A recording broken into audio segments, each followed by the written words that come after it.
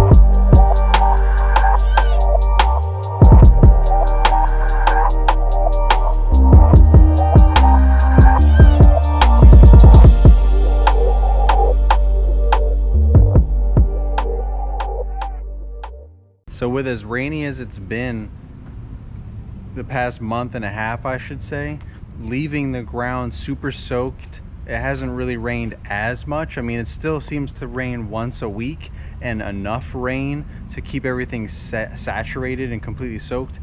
And the temperatures have cooled off, so it keeps the soil, just retains the moisture, and it's just been a super muddy fall. But my point is, we've had to use push mowers to get these yards mowed because I can't use a single big piece of equipment on these yards. Even the 30-inch is too heavy for a lot of our yards. It was, you know, the tires are wider and the mower itself is heavier, and it's just making ruts everywhere. You know, when you activate the drive and it takes off, the wheels you spin sometimes if you're not careful. So even that, we had to be cautious. A lot of trimming, a lot of push mowing. In the years past, I just had this one mower here. This one's beat up. It's literally the wheels are literally like falling off.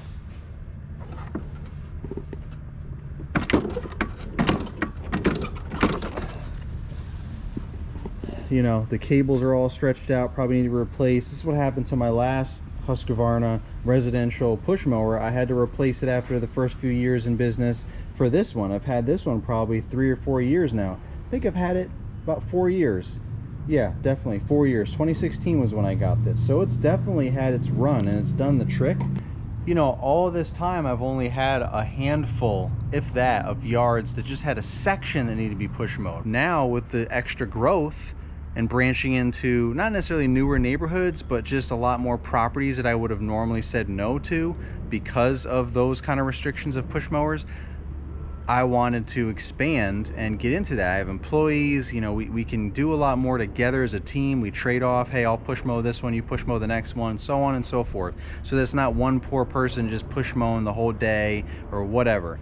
And it's not even that much push mowing to begin with, but it's been fortunate that we had these two mowers, these two push mowers, because we were able to get these yards done that needed to get done. You know, grass is overgrowing like crazy because the temperatures are getting cooler, it's raining, everything's wet.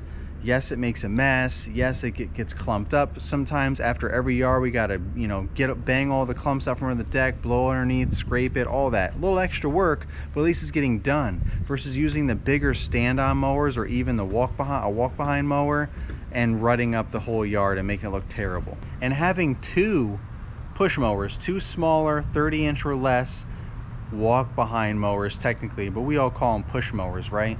Self-propelled push mowers. But having two of them, we can divide and conquer yards. There's certain days where I would use one for the front. I would use the 22-inch smaller, lighter Husqvarna mower, usually in the front or wherever was the softest, the muddiest, because it was the lighter footprint. I would use that, and if I couldn't even use that, I would trim some more, and then we would use the bigger, heavier 30-inch Toro Turfmaster, usually in the back or wherever it was the driest, and we would just divide and conquer. We would both be push mowing at the same time, me and whoever I had scheduled at the time. Where when I only had the one Husqvarna, it really just kind of put us in a bind. There was nothing else that we could do for two guys.